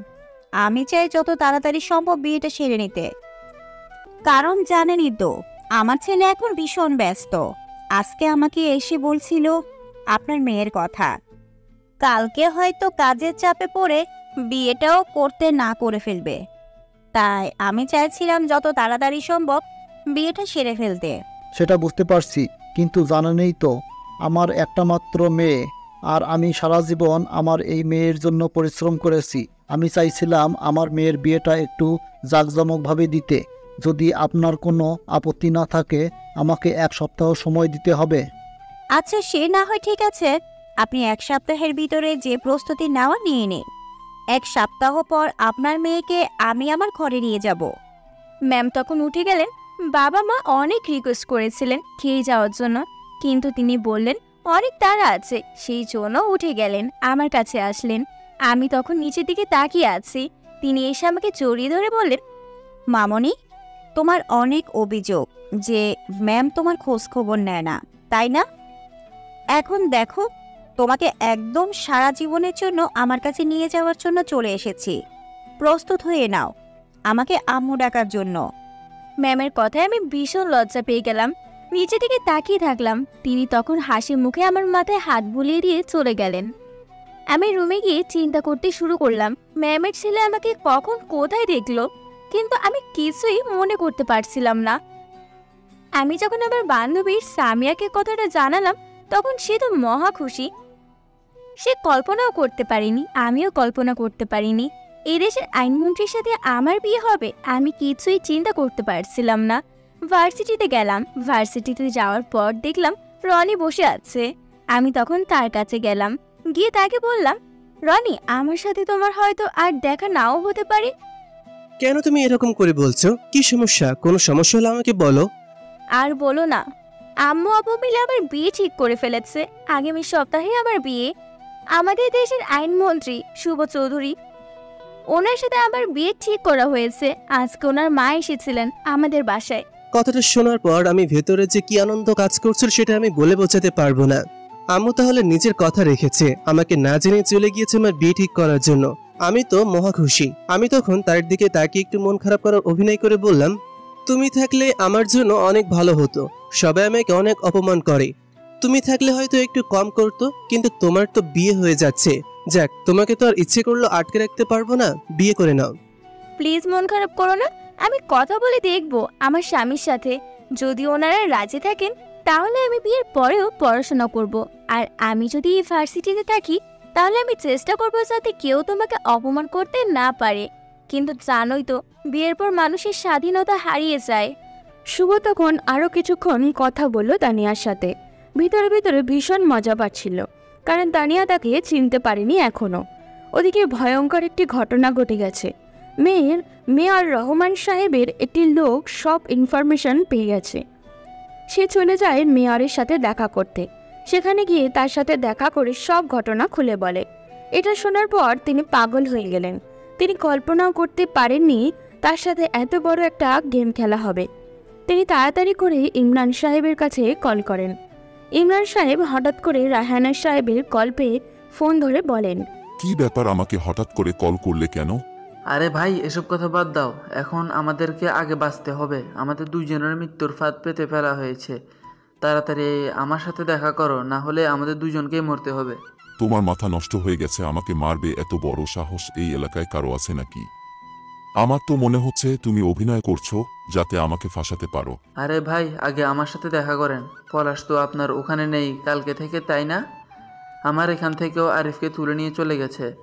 তাদের দুজনকেই খুন করা হয়েছে। তাড়াতাড়ি আসুন, দুজনে দেখা করি, পরে বাকি কথা বলবো। এরপর তারা দুজনেই একসাথে দেখা করেন। দেখা করার পর রায়হানা সাহেব বলে ওঠেন, আমার খুবই বিশ্বস্ত একজন লোক একটু আগে আমাদের কাছে এসে খবর দিয়েছে আমাদের ছেলেদেরকে আইনমন্ত্রী শুভ চৌধুরী আটক করে মেরে ফেলেছে। এখন আমাদের উপর ব্যবস্থা নেওয়ার জন্য তারা ওই বাসায় আমাকে ডেকেছে। আপনাকেও কি ওই বাসায় ডাকা হয়েছে? আমাকেও তো পলাশ ফোন করে বলল ওই বাসায় যাবার জন্য। সেই জন্যই তো আমি রবিবারে ওই বাসায় যাওয়ার অপেক্ষা করতেছি। তাহলে তো খবর একদম পাকা। এবার আমাদের দুজনকে ওখানে নিয়ে মেরে ফেলা হবে। এখন আমরা কি করব? আইনমন্ত্রী শুভর বিরুদ্ধে কিছু করতে গেলে তো বিপদে পড়ে যাব। আর এখন আমাদের হাতে আর কিছুই করার নেই। যদি আমরা শুভর কিছু নাও করি তাহলেও শাস্তি পাবো। শুভর ইনফরমেশন পেয়ে গেছে আমাদের। আমার মনে হয় তাদের কাছে আত্মসমর্পণ করে নেওয়া উচিত, কারণ তাদের বিরুদ্ধে লাগতে গেলে উল্টো আমরা বিপদে পড়ে যাব। এমনিতেই তো আমাদের পাওয়ার হারাতে হবে, আর আমাদের সবচেয়ে বিশ্বস্ত লোকজন মারা গেছে। কি বলছেন? আত্মসমর্পণ করলে আপনার কি মনে হয় আমাদেরকে ছেড়ে দেওয়া হবে? এখনও তেমন কেউ এই ব্যাপারটা জানে না, তাই আমার মনে হয় আমরা ওখানে যাই। তবে এভাবে যাব না, সব কিছু ব্যবস্থা করে নিয়ে তারপর যাব, যাতে ওখানে যাওয়ার পর আমরা ফিরে আসতে পারি ওদেরকে মেরে। কি বলছেন রায়হান সাহেব? যদি ওনাদের বিরুদ্ধে কিছু করতে যাই তাহলে তো ওখানে আইন শৃঙ্খলা বাহিনীর সদস্যরা থাকবে, আমরা বিপদে পড়ে যাব। আমার সেটা মনে হয় না, কারণ শুভ চৌধুরী খুবই চালাক একটা ছেলে। সে কখনোই আইন শৃঙ্খলা বাহিনীর সদস্যকে একত্রে আনবে না। ও অন্য কোনো প্ল্যান করেছে। তাই আমার মনে হয় আমরা এভাবে না গিয়ে আরও সহযোগিতা নিয়ে যাই। আগে থেকে প্রস্তুতি নিয়ে যেতে হবে, না হলে ওখানে যাওয়ার পরে যে কোনো কিছু করতে পারে। যদি এভাবে শাস্তি দেওয়া হতো তাহলে তো তাদেরকে ধরে নিয়ে গিয়ে পুলিশের কাছে দিত, এভাবে খুন করে ফেলতো না। এটা আপনি একদম ঠিক কথা বলেছেন। তাহলে কি করবেন চিন্তা করেছেন? আমার মনে হয় রাজা ভাইকে খবর দিয়ে সাথে নিয়ে যাই। আপনি কি ওই সন্ত্রাসী রাজা ভাইয়ের কথা বলতেছেন? হ্যাঁ, আমি ওই সন্ত্রাসী রাজা ভাইয়ের কথা বলছি। ওনাকে সাথে নিয়ে গেলে আমাদের অনেক সুবিধা হবে। আমাদের উপর কেউ আক্রমণ করতে গেলে রাজা ভাইয়ের লোকেরা ওদের মেরে ফেলবে, আর আমাদের তো ওখানে যেতেই হবে। না হলে শুভ চৌধুরীকে শেষ করতে পারবো না। যদি শুভ চৌধুরীকে শেষ করতে না পারি তাহলে আমাদের ক্ষমতা হারাতে হবে, সাথে জেলের ভিতর পচে মরতে হবে। তাহলে আর অপেক্ষা কেন? চলুন দুজন যাই, রাজা ভাইয়ের সাথে দেখা করি। যত টাকা বলে তত টাকায় রাজি হয়ে যাব। জীবন বাঁচাতে হবে, এরপরে একে অপরের বিরোধিতা করব। এরপর তারা সবাই চলে গেল রাজা নামে সন্ত্রাসীর সাথে দেখা করতে। সে খুবই ভয়ঙ্কর একজন সিরিয়াল কিলার, পুরো দেশে রাজা ভাই নামে পরিচিত। ওদিকে শুভ প্রস্তুত হয়ে আছে। সে জানে তারা এভাবে আসবে না, যদি আসে তাহলে নিজেদের সুরক্ষার ব্যবস্থা করে আসবে। সেজন্য সে সেনাপ্রধানের সাথে কথা বলল। তবে সে একটি প্ল্যান করেছে, সরাসরি তাদের উপরে এভাবে আক্রমণ করবে না, বরং তাদেরই আগে ডেকে আনবে, এরপর আক্রমণ করবে। এই জন্য তারা পুরো প্ল্যান সাজিয়ে ফেলে। ওদিকে পরের দিন তানিয়া চলে যায় ভার্সিটিতে, কিন্তু আজকে রনি আসেনি। এটা দেখার পর তার খারাপ লাগলো, ছেলেটা কেন আসছে না। রনির নাম্বার নেই, না হলে কল করে জানতে পারত। ওদিকে তার বিয়ের ব্যবস্থা করা হচ্ছে। খুবই ধুমধাম করে বিয়েটা হবে, কারণ তার বাবা এই শহরের একজন নামকরা ব্যবসায়ী। সেই হিসাবে একমাত্র মেয়ের বিয়েতে একটু জাঁকজমক না হলে কি হয়। কিন্তু তার অনেক চিন্তা, ছেলেটা ভালো হবে তো। শুভ চৌধুরীর ফটোগুলো তানিয়া দেখত, তার সাথে রনির মুখের মিল অনেক। কিন্তু রনিকে দেখতে যতটা গ্রামের স্বাভাবিক মনে হয়, শুভ চৌধুরীকে দেখতে ততটা নয়। শুভ চৌধুরীর যতগুলো ছবি আছে সবগুলোতেই পাঞ্জাবি পরা। তানিয়া একের পর এক ছবি দেখে যাচ্ছিল, কিন্তু তার যেন চাহিদা মিটছিল না। ওদিকে দেখতে দেখতে আরও একটা দিন কেটে গেল। আজকে রায়ান সাহেব এবং তার ইমরান সাহেব আসার কথা এই বাসায়। তারা সময় মতো বিশাল গাড়ি বহর নিয়ে সেই বাসায় পৌঁছালো। শুভ আগ থেকেই সেখানে প্রস্তুত ছিল, কিন্তু তার ধারণা ছিল হয়তো তারা এসে কথা বলবে অথবা হালকা আক্রমণ করতে পারে, কিন্তু তারা এভাবে আক্রমণ করবে সে বুঝতে পারেনি। বাইরে থাকা কয়েকটি অফিসার তারা মুহূর্তের মধ্যে মাটিতে শুইয়ে দিল। চারিদিক থেকে গোলাগুলির শব্দ শুনে শুভ বুঝতে পারল তারা খবর পেয়ে গেছে যে তাদেরকে মেরে ফেলার জন্যই এখানে নিয়ে আসা হচ্ছে। সেই জন্য সে তাড়াতাড়ি করে সেনাপ্রধানের কাছে কল করে বলল, স্যার, সর্বনাশ হয়ে গিয়েছে। আমার মনে হয় তারা আগেই খবর পেয়ে গিয়েছে যে তাদেরকে মেরে ফেলার জন্য এখানে নিয়ে আসা হচ্ছে। কেউ হয়তো তাদের সংবাদটা পৌঁছে দিয়েছে। এখন আমাদের উচিত তাদের উপর পাল্টা আক্রমণ করা, না হলে আমাদের সবাইকে মরতে হবে। তার অনেক লোক এসেছে। ওকে স্যার, আপনি কোনো চিন্তা করবেন না, আমি কাছেই আছি। ওরা কিছু করার আগেই ওদেরকে আমি শেষ করে দিব। আপনি নিশ্চিন্তে থাকতে পারেন। আপনি একটু সাবধানে থাকেন যাতে আপনার কোনো ক্ষতি না হয়। ওদিকে সেনাপ্রধান বিশাল ফোর্স নিয়ে ঝাঁপিয়ে পড়ল রাজার লোকজনের উপরে। ভীষণ গোলাগুলি হচ্ছিল। একের পর এক লোক মাটিতে শুয়ে পড়ছিল। প্রায় 30 মিনিট পর সেনাপ্রধান রায়ান সাহেব এবং ইমরান সাহেবের কলার চেপে ধরে টানতে টানতে শুভর সামনে এনে ফেললেন। শুভ তখন তাদেরকে এলোপাথারি মারতে শুরু করলো। এরপর সেনাপ্রধানের দিকে তাকিয়ে বলে, ওদের জন্য হলেও আইনটা পরিবর্তন করতে হবে। আপনি ওদেরকে ধরে রাখবেন 3 দিন। 3 দিন পর আমার বিয়ে। আমি ওদেরকে শাস্তি দিব। ওদেরকে এভাবে শাস্তি দিলে হবে না। ওদেরকে শাস্তি দিতে হবে সবার সামনে। ওদেরকে এমন শাস্তি দিব যাতে আর কেউ অন্যায় করার আগে মনে রাখে এদের কথা। ওকে স্যার, আপনি কোনো চিন্তা করবেন না, আমি এদেরকে নিয়ে রাখতেছি। আপনি বাসায় চলে যান, আপনার জন্য অনেক শুভকামনা রইল। আমি বাসায় চলে আসলাম, কিন্তু মাথার ভেতরে যেন আগুন ধরে গিয়েছিল। আমি ভাবতে পারিনি তারা এভাবে আক্রমণ করবে। মায়ের সাথে কার্যক্রমে সব সহযোগিতার সময়টা কেটে গেল। আজ আমার বিয়ে, ভেতরে একটা আনন্দ কাজ করছে, কারণ তানিয়ার সম্মুখীন হওয়ার পর তার এক্সপ্রেশন কি হবে সেটা তো আমি জানি না। বিয়েটা হয়ে গেল, তার বাসা থেকে নিয়ে আসা হচ্ছে আমাদেরকে। আমি বাসায় পৌঁছানোর পর গাড়ি থেকে নেমে চলে গেলাম আমার অফিসে। ওখান থেকে নিজের দায়িত্ব বুঝে নিলাম আশরাফ সাহেবের কাছ থেকে। এরপর বাসায় ফিরে আসলাম। তখন রাত প্রায় 9টা। আম্মু আমাকে দেখে ভীষণ রাগ করলো। আমার দিকে তাকিয়ে বলল, তোমার কি আক্কেল জ্ঞান কোনোদিনই হবে না শুভ? আজকে তোমার বিয়ে হয়েছে, তুমি কেন আজকে অফিসে গিয়েছিলে? তোমার তো ছুটি ছিল, তাহলে কেন গিয়েছিলে?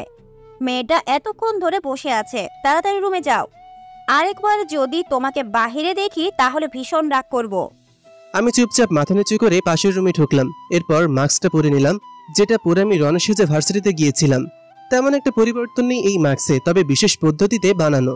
আমার মুখের মতোই, তবে কিছুটা হলেও পার্থক্য আছে। আমি ভেতরে প্রবেশ করলাম। প্রবেশ করতে দেখলাম তানিয়া লম্বা ঘোমটা দিয়ে বসে আছে। তানিয়া আমাকে দেখে এগিয়ে এসে সালাম করলো। আমি তখন তাকে উঠালাম। সে আমার দিকে তাকিয়ে কিছুটা দূরে সরে গেল। এরপর বলল, রনি তুমি? আমি হাসতে শুরু করলাম। তখন সে আমার দিকে অবাক হয়ে তাকিয়ে আছে। আমি তখন তাকে বললাম, কি ব্যাপার ম্যাডাম, আমাকে দেখে অবাক হচ্ছেন তাই না? আগে বলো তুমি এখানে কিভাবে? তাহলে শোনো, পুরো কাহিনী তোমাকে বলি। এরপর আস্তে আস্তে সব ঘটনা তাকে খুলে বললাম, আর কিভাবে তাকে পছন্দ হলো সেটাও বললাম। সবকিছু শোনার পর সে ভীষণ হাসতে শুরু করলো। আমি তখন তার দিকে মুগ্ধ নয়নে তাকিয়ে আছি। তার হাসিটা অদ্ভুত সুন্দর। সে আমার দিকে চোখ ফেরাতেই লজ্জা পেল। আমি তখন তাকে বললাম, তোমার হাসিটা বড্ড সুন্দর। তোমাকে অসম্ভব সুন্দর লাগছে আজকে। বিয়ে ঠিক হওয়ার পর দিন থেকে আমি তোমার যত ছবি আছে সবগুলো দেখছিলাম। শুধু আমার কেন জানি মনে হয়েছিল রনি আর তোমার মধ্যে অনেক মিল। আমি মুচকি হেসে তানিয়াকে জড়িয়ে ধরলাম। এর পরের কাহিনী আপনাদের না জানলেও চলবে। পরের দিন সকালে আম্মুর কাছ থেকে অনেক কষ্টে বিদায় নিয়ে আসলাম বাইরে, কারণ আজকে ওদেরকে শাস্তি দিতেই হবে। ভার্সিটির ক্যাম্পাস থেকে একটু দূরে বিশাল একটা মাঠ আছে। এই মাঠের মধ্যে কয়েক হাজার মানুষ একত্রিত হয়ে গিয়েছে, কারণ তাদের সবাইকে খবর দেওয়া হয়েছে শাস্তি দেখার জন্য। আমিও জানি এটা আইন বিরোধী, কিন্তু এদের শাস্তির আওতায় আনার আগে এদের শাস্তি দিতেই হবে। দরকার হয় আইন পরিবর্তন ঘটাতে হবে। তাদের দুজনকে বেঁধে রাখা হয়েছে। সবাই যে যা পারছে তাই তাকে ঢিল মারছে তাদের ওপরে। আমি যেতেই সবাই শান্ত হয়ে গেল। আমি স্টেজে উঠলাম। উঠে সবার উদ্দেশ্যে বলতে শুরু করলাম, সবাইকে অসংখ্য ধন্যবাদ আমার ডাকে সাড়া দিয়ে এখানে আসার জন্য। আমি জানি আজকে যে ঘটনা ঘটতে চলেছে এরপর হয়তো অনেকেই আমাকে নিয়ে সমালোচনা করবে, কিন্তু আমি যেটা করছি সেটা আমার কাছে মনে হচ্ছে আমি ঠিক করছি, কারণ এদেরকে শাস্তি দেওয়াই উচিত। আমার জানা মতে এদের দুজনের কারণে প্রায় 50 জনের মতো নিরপরাধ ছাত্রছাত্রীকে খুন হতে হয়েছে। কয়েক হাজার ছাত্রছাত্রীকে তারা মাদকের নেশায় আসক্ত করেছে, কয়েক হাজার নারীকে তারা ধর্ষণ করেছে। তাই তাদের শাস্তি একটু অন্যরকম হওয়াটাই অবশ্যই প্রয়োজন। আমরা প্রায় দেখি আইনশৃঙ্খলা বাহিনী বিভিন্ন অপরাধীকে ধরতে। আমি প্রথমে ধরেছিলাম তাদের দুজন সহযোগীকে, কিন্তু আমি একটা জিনিস লক্ষ্য করলাম, তাদের যতজনকেই ধরেছি সবাই টাকার জন্য এই কাজ করেছে। তাদেরকে ধরে শাস্তিও দিয়েছি, কিন্তু আসল অপরাধীরা কিন্তু ওপরে বসে হাসছে। তাই আমার টার্গেট ছিল প্রথমে আসল অপরাধীকে ধরা। আজকে তাদের ধরতে পেরেছি। তাদের দুজনকে আজ সবার সামনে মাথা কেটে মেরে ফেলা হবে। আমি জানি এটা আইন বিরোধী, আমি জানি এটা করার পর হয়তো পুরো পৃথিবী আমার সমালোচনা করবে, কিন্তু আমি এসবে তোয়াক্কা করি না। আমি সাধারণ মানুষের যারা ক্ষতি করেছে তাদেরকে ধ্বংস করে দেওয়ার জন্য দায়িত্ব পেয়েছি এবং শপথ করেছিলাম আপনাদের দেওয়া দায়িত্ব আমি সঠিকভাবে পালন করব। আমি সেই দায়িত্ব পালন করার চেষ্টা করছি। এখন যদি আপনারা আপত্তি করেন তাহলে আমি এটা বন্ধ করে দিব। আপনাদের কি কোনো আপত্তি আছে? এরপর শুভ নেমে আসলো রায়ন সাহেব এবং ইমরান সাহেবের চিৎকার করতে শুরু করলেন। তারা দুজনের দিকেই ভয়ঙ্কর একজন লোক এগিয়ে গেল। তাদের দুজনকে বেঁধে রাখা হয়েছে। কয়েকজন লোক টেনে তাদেরকে একটি পাথরের সামনে শোয়ালো। এরপর লোকটা চোখ বন্ধ করতেই তাদের মাথার উপরে আঘাত করলো। সঙ্গে সঙ্গেই তাদের দেহ থেকে মাথাটা আলাদা হয়ে গেল। পুরোটা লাইভ দেখানো হচ্ছিল। অনেক অপরাধীরা এটা দেখার পর আটকে উঠেছে। এটা দেখার পর অনেকেই সমালোচনা করছিল শুভর, কিন্তু যারা সমালোচনা করে যাচ্ছিল সাধারণ মানুষ তাদের উপরে ঝাঁপিয়ে পড়েছিল। পুরো দেশে থমথমে পরিবেশ বিরাজ করছিল। শুভ তখন বাসায় ফিরে গেল। বাসায় ফিরে যাওয়ার পর বাসায় ঢুকতেই তার মা এসে তার সামনে দাঁড়ালো। শুভ তখন তার মায়ের দিকে তাকিয়ে বলল, আমি জানি না মা, আমি যে কাজ করেছি সেটা সঠিক নাকি অন্যায় কাজ করেছি, তবে তোমার শিক্ষা আমার বুকে লালন করি। আমার মনে হয়েছে এই কাজটা করলেই তাদেরকে উপযুক্ত শাস্তি দেওয়া হবে, সেজন্য আমি এই কাজটা করেছি। তুমি যদি বলো তাহলে আমি আমার দায়িত্ব ছেড়ে দিব। মা তখন আমার দিকে এগিয়ে আসলেন, তানিয়াও এগিয়ে আসলেন। এরপর তানিয়ার হাতটা আমার হাতে চেপে দিয়ে দুজনকে জড়িয়ে ধরে বললেন, আমি আজ গর্বিত বাবা। আমি এমন একজন সন্তানকে জন্ম দিয়েছি যে ন্যায়ের পথে চলার জন্য সবকিছু ছাড়তে রাজি। তুমি যেটা করেছো সেটা ঠিক কাজ করেছো। দরকার হয় তোমার দায়িত্ব থেকে তুমি অবসর নেবে, এরপরও তুমি কোনো অন্যায় সহ্য করবে না। আর তানিয়া, আমি হয়তো বেঁচে থাকবো না, কিন্তু আমার দায়িত্ব তোমার হাতে দিয়ে গেলাম। কোনোদিন আমার ছেলেকে কোনো ভুল পথে যাওয়ার বুদ্ধি দিবে না। চিরদিন যেন সঠিক পথে থাকতে পারে সেই পরামর্শই দিয়ে যাবে। কথা দিলাম মা, যতদিন বেঁচে থাকবো ততদিন আপনার ছেলেকে সঠিক পথে পরিচালিত করার চেষ্টা করব। আমি জানি একটা নারী চাইলে একজন পুরুষকে পরিবর্তন করে দিতে পারে, কিন্তু আপনি যখন আমার উপরে বিশ্বাস রেখেছেন তখন আমি কথা দিচ্ছি আপনার বিশ্বাসের অমর্যাদা করব না। শুভর কাছে আজকে মনে হচ্ছে এটা তার জীবনের সবথেকে আনন্দের দিন, কারণ তার প্রিয় মানুষগুলো তার পক্ষে আছে। আসলে আমাদের সমাজে এরকম কিছু জঘন্য মানুষ আছে, এদেরকে আইন কানুন দেখিয়ে কোনো লাভ নেই। এদের শাস্তি হওয়ার দরকার ছিল জনসম্মুখে, যাতে এদেরকে দেখে বাকি অপরাধীরাও অপরাধ করার আগে অন্তত 10 বার ভাবে। কিন্তু আজ আমাদের দেশের এমন একটি অবস্থা, অপরাধীরা বাইরে ঘুরে বেড়াচ্ছে, কিন্তু সাধারণ ডিমচোর এবং কলাচোরেরা জেলের ভিতরে পৌঁছে মরছে। আসল অপরাধীরা বিলাসী জীবন কাটাচ্ছে, আর সেই অপরাধীদেরই অর্ডারে অন্যায় করা সাধারণ মানুষগুলো জেলের ভিতরে মানবতার সাধারণ জীবন কাটাচ্ছে। তাই আমরা সবাই মিলে একত্রিত হই, অন্যায়ের প্রতিবাদ করি। জানি গল্পটা কাল্পনিক, বাস্তবে এমন অনেক কিছুই সম্ভব নয়, তবে গণতান্ত্রিক দেশ জনগণই সব কিছু। তাই আমরা একত্রিত হলে যে কোনো সমস্যার সমাধান নিমেষেই করতে পারবো। আজ এই পর্যন্তই, দেখা হবে পরবর্তী কোনো গল্পতে। সেই পর্যন্ত সবাই ভালো থাকবেন এবং সুস্থ থাকবেন।